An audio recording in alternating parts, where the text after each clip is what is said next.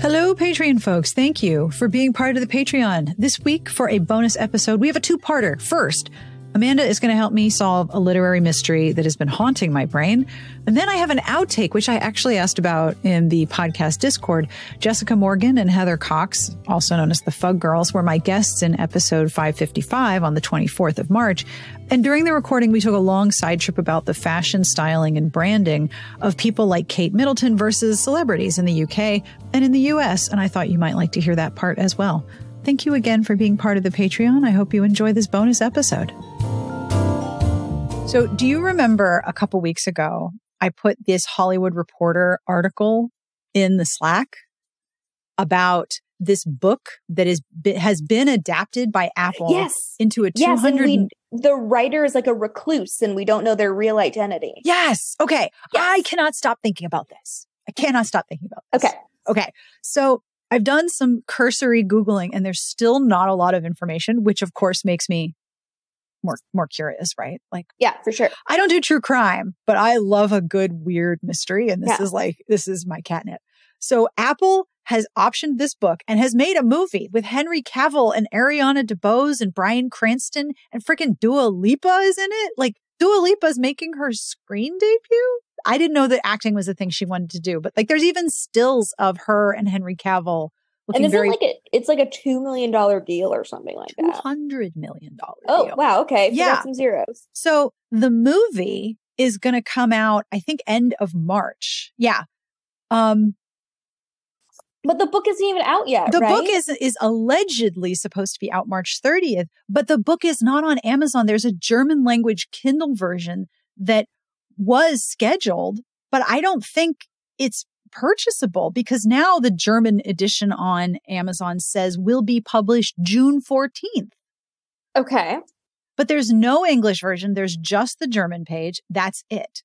Has this ever happened to a book where like it hasn't even come out yet and it's already has like a deal? Well, sometimes that happens with like nonfiction or adventure stories or whatever like that. And then the movie and the book will release very close to each other. But this is the first time I've seen that with a fiction, because usually the fiction's out and then it gets optioned. Like, I mean, come on, Bridgerton was 20 years old.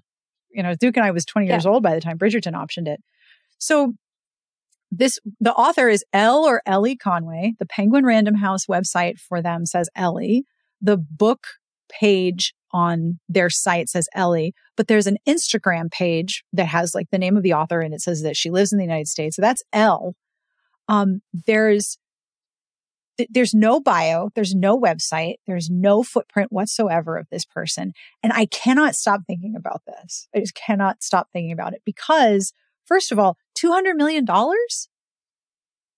And all of these stars are going to be in it. And okay, so it is also supposed to be a franchise. It's supposed to be a trilogy at least. Okay. So here's my theory. This is my theory. If it was a really prominent or famous author, they would just use that name, right? Yeah. Not to disparage any of the absolutely lovely human beings that we work with in the publishing industry, but if somebody already has a massive following, you would use that following to promote a project like this. Like if it was John Grisham would be like, yeah, it's me. Yeah, it's like Dean Koontz's cozy mystery debut. Right. Like, or you would be like a little secret and then it'd be like, oh, we've learned that so-and-so is writing as so-and-so. Yeah. And then it would become the narrative. Well, I wanted to try a different name. And a lot of authors have talked about writing under a different name being very freeing, which I totally understand. But the fact that there's already a script, but the book keeps getting pushed back, makes me think that, one, the book is actually an adaptation of the movie. And I'm not sure why they're doing it this way, but this is actually a book version of a script that was already written, or this person wrote the script and then is writing the book. Instead of book to script, it's backwards.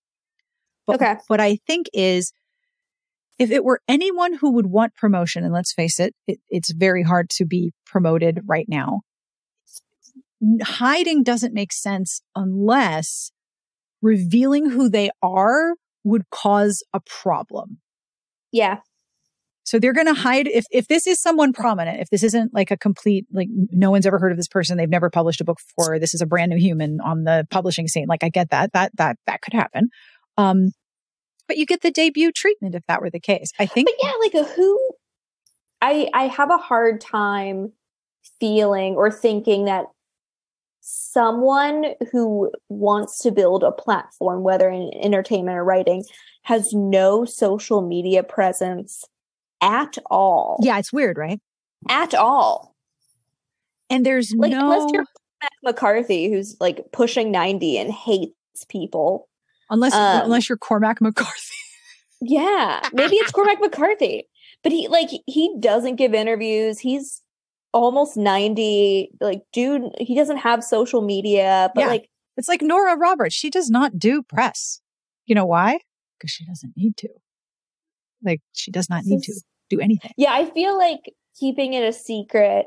Well, I agree that it could be like problematic, but also maybe they're holding it until the last second.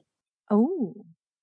As like a final publicity push. I mean, that makes sense. I could see that happening, but I question that as a strategy because then the narrative of who the author is competing with the narrative of the movie has been released and what do people think about it. I think if you're doing a publicity narrative, you only want to give people one thing at a time to talk about. It's like Justin Bieber having his wife start shit with Selena, so people will stop talking about him canceling shows because we can't do both narratives. We can only do one Bieber narrative at a time. So it has to be the girls are fighting over he just canceled all his shows. I wonder if they want to see how it does, because it sounds like it's coming out like direct to streaming, right? Yeah, I think it's an Apple Plus exclusive, which is also a weird decision. Yeah, that can go either way, right? Of like something gets a lot of buzz, but like people just don't wind up watching it. So maybe they'll see how many views they get on like opening weekend for it on Apple TV, and then use that as like a backup bombshell to... And I'm looking at the Apple Plus page, and it says, not yet rated drama, release date 2023. So not even a hard release. We're not even that far into the year. It's a lot of days you could choose from here. But the stills make it seem like there's some, it's finished. They look gorgeous. I mean, okay, Henry Cavill's hair. I'll send you this picture. Henry Cavill's hair is unfortunate. I'm pretty sure that I went to high school with a whole bunch of guys who had that haircut, and they were all named variations of Biff. That is a very Biff haircut.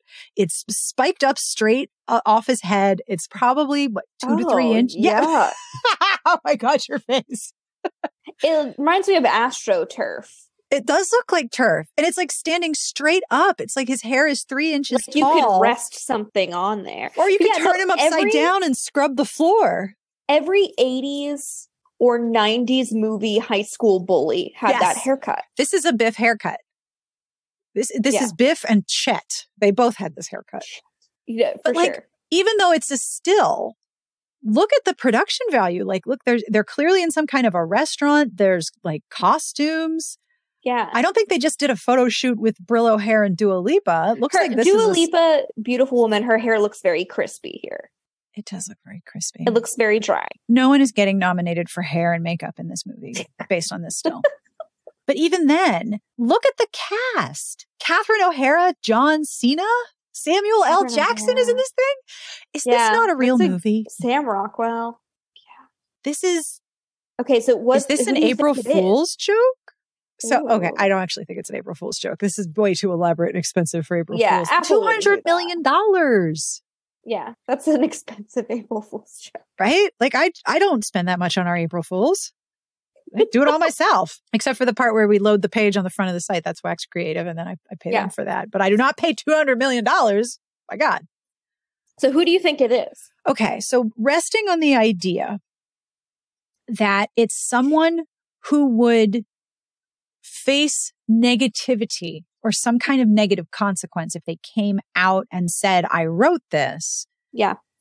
Who are people that everyone is waiting on a book, and if they started to do another project this prominently, the tide would go very hard against them? Donna Tartt. Donna Tartt? George R.R. Martin? Maybe it's both of them. Oh my God. Donna Tartt or George R.R. Martin, if they came out and were like, I wrote this book and it's now this movie, people would be like, that's not what we wanted, especially George R.R. Martin. If he's not writing like The Wind Has Blown You or whatever the hell it is, frosty, windy, cold farts, I don't know. I'm not a Game of Thrones person and I'm not a George R.R. Martin person. But like if he came out and was like, I wrote this cool spy thriller and it's now a franchise and Apple has made it into a movie, I think people would like light shit on fire. They'd be so mad. That's a mad fandom. Does George R. Martin have any kids? I don't know. Because like I would like, what if it was one of his Florida conspiracy brain tinfoil hat is on? But if like his daughter's name is like Eleanor or Elle or Ellie, like but maybe that's why. Wouldn't a publicist be like, y'all, we've got to use this connection to George R. Martin's daughter? I don't know. Maybe, well, like publishing likes to think they're smarter than they are. I mean, there are really clever and creative people who come up with great ideas, and then those ideas go up the chain, and someone with substantially less information is like, no, but we're going to do this instead. And it's like a terrible idea. I know that happens a lot. So, I mean, it could be any number of things, but seriously, I can't stop thinking about this. It's embarrassing. Like I was awake in the middle of the night because the older dog has a cough, and he's a Cavalier. They cough a lot. And he woke me up. And it was right at the time. You ever have something wake you up and you're like, well, I'm awake for the next sleep cycle. Yeah. I'm awake for the next hour and a half. Also, he has no children. So there goes that theory. All right. So it's not a Martin. Okay. But it could be him, but like not like a little. This is what I'm thinking about at 2 a.m. Who is this person that is hiding who they are, has set up an Instagram page, has an author name? I mean, you could be like Joan Smith. You could be anonymous. You could be, what's the name of the people who direct a movie and then they put some other name on it? I don't know. Alan Smithy. I think an Alan Smithy picture is the name that's put on a movie when they take their name off. Have you gone down like a Reddit rabbit hole? Does Reddit have thoughts? Yes. And there are not many. No. Yeah. Like Reddit. So if you search Argylle on Reddit, there's people asking, oh, there's an image. Ooh, there's a mystery. But like, whatever happened to it? What is happening to this movie? And everyone's like, it's coming in 2023 at some point in the next year. Okay, this sounds good. Okay. There is a theory that Ellie Conway is a character in the movie and Argylle is the name of the book she writes within the movie. Maybe it will be released for free on Apple Books as a movie promo, that sort of thing. And then someone's like, the first articles about the movie state that the main character plays a spy tricked into thinking she's a writer or novelist. Oh. So maybe the book isn't real. The book isn't real and the author is a character and it's technically a tie-in for the movie. Oh, that's a much more logical answer than George R. Martin. See, that's kind of clever. I kind of like a book within a movie. Yeah. It's sort of like The Princess Bride, which. Yeah, that's what I was thinking of. Oh, wow. So then it's a series that Apple has optioned the idea and they're doing a tie-in book, but it's not actually. So maybe Dua Lipa and her crunchy hair are Ellie Conway. Maybe. Oh, that's really interesting. So that's what, just like the first hit when I looked at Reddit. What did you search for? I just put Argylle spy thriller Reddit. That's it. And it's the first one, Argylle Mystery, who's the author behind the upcoming Henry Cavill spy thriller. And that was like the first comment of like, maybe it's. Wait, was this in the Henry Cavill subreddit? Which one is? I want to link to it. No, it's in the movies subreddit. So is this mystery and shrouds? Here, I'll link it. There you go. Thank you. Yeah, someone just links to the Hollywood Reporter article, and then it's just like a bunch of comments. But that first comment is the one I just read. Ellie Conway is a character in the movie, and Argylle is the name of the book in the movie, released for free as a promo. Oh, wow. And then there's other people who've talked about it, like people who've been involved in the movie have talked about it. Like that it's a mix of Die Hard, Romancing the Stone, and Lethal Weapon. If it's Romancing the Stone, she's writing a book in the book. Oh, that's much more interesting than George R. Martin. You'll have to find something else to keep you awake at. Wait, hold the phone. This is the ebook description. Russian multimillionaire Vasily Fedorov dreams of bringing Russia back to its former glory. Gross. When the old and unpopular president resigns, he thinks that his time has come to take over, but to win the Russian people over to his side requires a symbolic act. What if Fedorov could return a unique art treasure to the Russians? I'm already not caring. The Amber Room. Is that really what it is, though? Francis Coffey, the legendary head of the CIA, knows she must stop Fedorov's thirst for power, but it's art. She must find the Amber Room before he does, and she needs a very special spy, Argylle or Argylle, with a backpack full of problems and a not entirely pure past, but with the unique skills needed to take on one of the most powerful men in the world. And there's no pronouns in there, so there's no indication of what gender or gender identity Argylle has. And watch, it's probably like Argylle or something. Bless you. How do you say that in Welsh? Argylle. Argylle. $200 million? Yeah. So was the mystery story like fed from the movie production? Like, I don't hey, know. no one knows who the author is. Yeah, maybe. That's or like wild. it's possible, like, you know, an outlet focused on, oh, there's a book involved, but we've never heard of this person. Mm-hmm. And like in doing, you know, like fact checking, they're like, there's no record of this person anywhere. And the publishing date keeps getting moved. Like I'll see, oh, the book is supposed to be released March 30th. And the brand new accounts for this person also make it seem like this is all just being created for the purpose of this. So movie. This is part of the movie promotion? Now I feel like I need a whiteboard and some red string and some Post-it notes. And yeah. Because, I mean, let's be real. Most industries are not good at keeping secrets, right? No. I even texted people in publishing and I was like, okay, I know if you know, you can't tell me, but what is the deal? And the answers were all, I have no idea. None of us know. We do not know. And I was like, I think it's George R. R. Martin. And they were like, okay, sure. That's me when I'm trying to get my brother to tell me whether or not he knows aliens are real. No. I'll like message him. I was like, Zach, you're in the Air Force and I know you have a top secret security clearance. Oh, does he have high security clearance? Yes. He and totally I was like, knows if aliens are real. How is he not telling you? I was like, if you find out aliens are real, can you tell me? He's like, I cannot tell you. You know that. I was like, well, what if you just like, if I'm like, Zach, cough once if aliens are real, cough twice if not. He's like, I'm not going to do that. He will not play that little game with me. I have a few neighbors with high security clearances. I'm like, my neighbor across the street works, the most she can say is that she works for the State Department. She cannot tell me where she works. She cannot tell me what she does because she's got that high of a security clearance. And so I've just decided that she works at a gnome factory. And so I asked her, how are things at the gnome factory today? And she's like, oh, it was good. We had Panera for lunch as an office. I'm like, I love that the gnome factory does cute things like Panera quiche for everybody. All right. I like this theory better that Ellie Conway doesn't exist and the book is just part of the movie and part of the mystery is who's Argylle, the novel. And so the movie is a visualization of the novel in universe. Oh, and early articles about the movie said that Bryce Dallas Howard was the main character who plays a spy, tricked into thinking she's a novelist. That makes sense. Okay. I'm so frustrated. Sorry. That's okay. Now I just want to know. Yeah. Somewhere George R. R. Martin is like really annoyed and doesn't know why.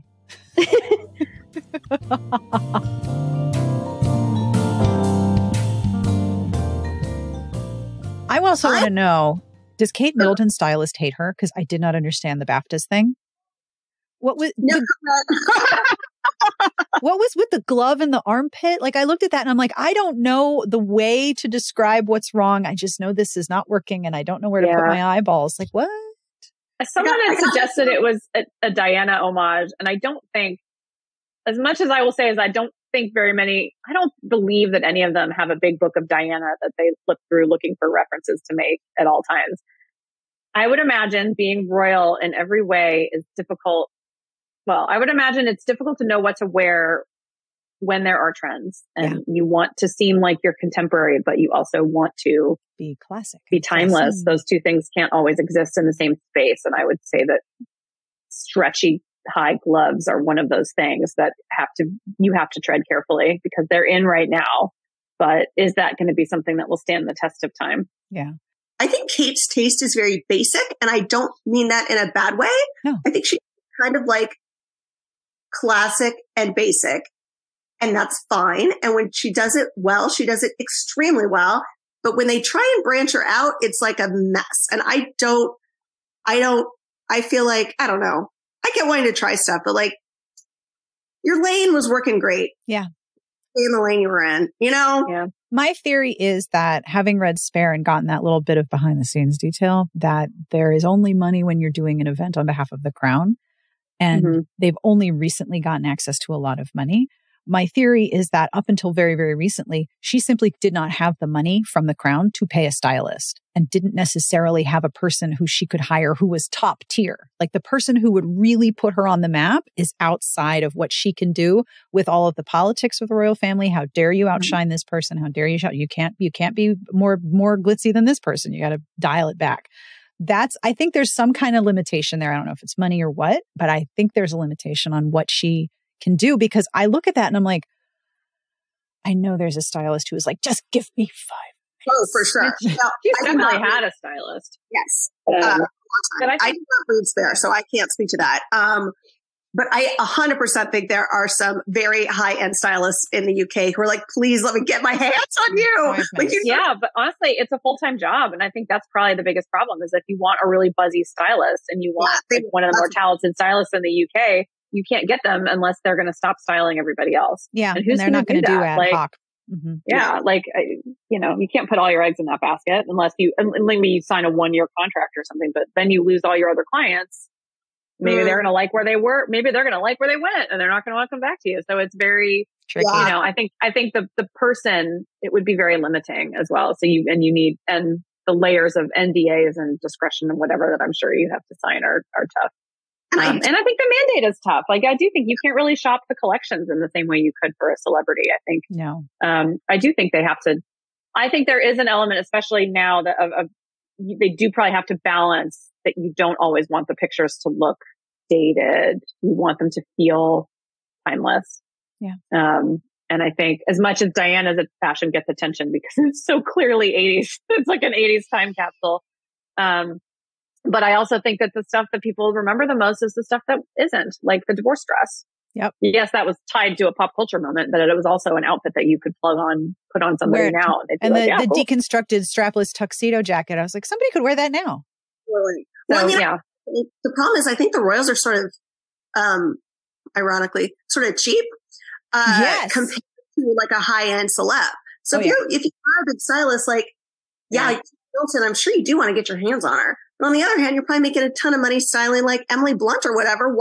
Who wants to sign up for the Agita? Yep. Right. And like, if you were, I would imagine maybe some British people are sort of like, good, I'm glad she's not spending all that taxpayer money on an expensive stylist. Like, we don't have vegetables right now. Like, you don't really need to do that. Like, I guess there are certain situations where obviously something is required, but like for the day-to-day grind, you can rewear hard situation. Hire a good mix and matcher and just let them go to town on your closet. You need some capsule ball gowns. That's what you need. Capsule wardrobe with ball gowns. Yeah. And some of them, I want to know too, like what the conversations are about.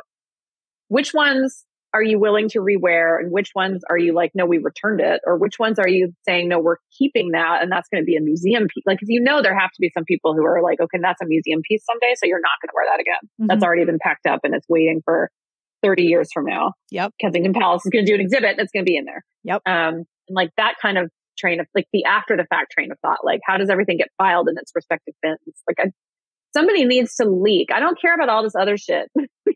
just leak the details about the wardrobe. I remember reading about the Queen's dresser, Angela Kelly, who made a lot of her clothing, that she has an incredible fabric collection and incredible resources of just, and it was all a lot of brightly colored brocade. Bolts and bolts. I would be fascinated to see that. I remember like maybe 5 years ago, time has no meaning for me. It was a while ago. The Queen was voted Britain's best dressed person. And I was like, I get it. It's because she had such a recognizable wardrobe. Oh yeah. Like I'm wearing a candy colored coat and I have a hat on and here's my blouse, my like little brooch, I'm sure it's like worth several $1 million. Yep. It's priceless. And the jewels probably belong to another country and you should probably send it back. But, you know, it was really funny to me and interesting because I was like, this seems like such an interesting choice, but they are right. Cause like talk about a uniform. Yep. And can be seen from a long distance. Yeah. If you're in the back of the backpack, you'll be like, yeah, but I saw that pink dot and I know who that was. Yeah. And right? like, I think everything, we talk about this a lot on the website that like, you're really dressing for, like, you got to read the room. Yeah. And talk about someone who always read the room right. Oh, yeah. You know, like, oh, yeah. Even what it said on the tin, like they want to get the queen, they got the queen. She's not going to show up in like, I don't know, some very obscure ensemble. She's wearing her outfit. Like that's just her outfit. Young person, it would be hard to sort of figure out like, what's your Princess of Wales uniform? Like Kate obviously isn't going to show up and like dress like the queen. That would be weird. So yeah, I mean, all of that stuff is really interesting. And I think that like, in addition to the royals, it also applies to, you know, your sort of like more Hollywood celebs where it's like, what's this person's brand? Like, and how is what they're wearing? How does that like apply to their brand? Like, what are they saying about themselves? I often think about, this is a very deep cut, but do you remember, of course you do, when Reese and Ryan broke up because Ryan had allegedly had an affair with Abby Cornish. Yes. And Abby Cornish eventually had a movie coming out like very shortly thereafter that. And every outfit she wore in aid of this film, she was dressed like a nun. It was like black, high neck, long sleeves. And it was so obvious that she and her styling team got together and they were like, we got to look severe. We have to look serious. You like broke up America's sweetheart and her husband allegedly, like it's not her fault, probably. Who knows? But like, it was so obvious that the public image she was putting forward was like, nothing to see here. I'm a serious lady. Like, please do not think that I look at any way as scandalous. It was so fascinating to me to think about like all the thought that goes into people's brand presentation. Yes. Mm-hmm. And what role is being a fashion element at this time when you show up on a red carpet? What role is the fashion and glamour of it adding to your career? How is this accessorizing your job? Like, for example, Zendaya is both a fashion icon and an actress and used to be a singer. Like, I have some of her songs in my workout playlist. They're pretty great. She has that really soft voice like Aaliyah. She's a really soft, elegant voice that it wasn't really a good fit because musically at that point it was a lot of belting and, you know, long runs and her voice is very different. But like now she is a fashion icon who acts and an actress who's a fashion icon and they work interchangeably. Whereas I look at some of the coverage, for example, of the SAG Awards and I'm like, this is incredibly glamorous, but this is probably like one of two times you're going to wear this much glam because this is not your job. This is not a major element of your job now. Yeah. I was thinking about that a lot with Carrie Condon too, just because she's been in the business forever. Yeah. Like I remember looking up her IMDb page at one point and one of her many credits that is an invisible job is in the Avengers movies when they get to the point where Paul Bettany stops being the voice of Iron Man's Jarvis and he becomes in corporeal form. Yeah. She is the voice of the new computer system that takes over and all the way through the Avengers movies. And I'm like, so it's not like she hasn't been working. She does stuff. She just did stuff that you didn't always see her face in the mainstream. So this is like, she's in her 40s and all of a sudden she's thrust into the award spotlight. She's not new at celebrity, but she is kind of new at this. Yeah. And I've been really interested in seeing how she's navigated that. The answer has been she's just kept it very simple. Absolutely. Like, and it feels like someone who's like, I just kind of want to be simple and comfortable, and I don't really want to. It almost feels like, and I wouldn't attribute this to her really, but like if it were me, I would be thinking, I don't want to be the person that gets invited to the party for the first time, and everyone's like, oh my God, she's a lunatic. She wants to get attention. She wants to get seen. Like you would want to blend in and feel like you'd been there before. Like in a football game when you're a really good football team and you're having a rough year and you beat a team that's ranked like 17th and your students rush the field. And it's like, you really need to rush the field because you beat the 17th ranked team in the country. You're USC or whatever program you are. Act like you've been there before. I wonder how much there's an element of like, I've been doing this for a long time just because it's my first award circuit. Yeah. I don't need to, I've been in these rooms before. And so I'm going to keep it simple. And I don't want everyone to think that I'm like uncorking. I don't know. Which is I did not say that very eloquently at all. No, I completely understand what you're saying because it's another aspect of the narrative of her celebrity. You know, celebrity is a public persona and fashion is part of that narrative. Yeah. And she seems very much like she doesn't want that to be, which is kind of cool. Like she sort of is like, but I work an actress and I do a lot of plays overseas and I don't need to be a fashion plate. Which is fine. She looks beautiful. Pretty much everything. Thank you again for being part of the Patreon community. I hope you enjoyed this week's bonus episode, and I will see you online and in the Discord. Have a great week.